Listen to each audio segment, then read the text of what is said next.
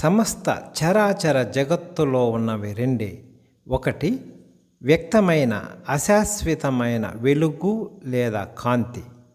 రెండవది అవ్యక్తమైన శాశ్వత చీకటి.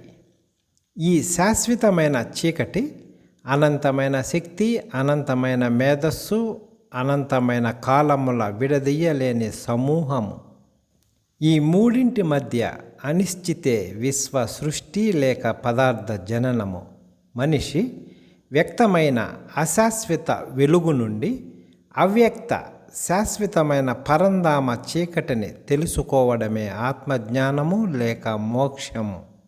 దీనికి ఉదాహరణ భగవద్గీత 15వ అధ్యాయము పురుషోత్తమ యోగము 6వ శ్లోకము. న తద్భాసయతే సూర్యో న శశాంకో న పావకః యద్గత్వా ననివర్తంతే తద్ధామ పరమం మమ. ఈ శ్లోకం యొక్క అర్థం, సూర్యుడు కాని, చంద్రుడు కాని, అగ్ని కాని ఇవేవి నా పరంధామమును ప్రకాశింపచేయలేవు. అక్కడికి వెళ్ళిన పిదప జనులు మరలా ఈ భౌతిక లోకానికి తిరిగి రారు.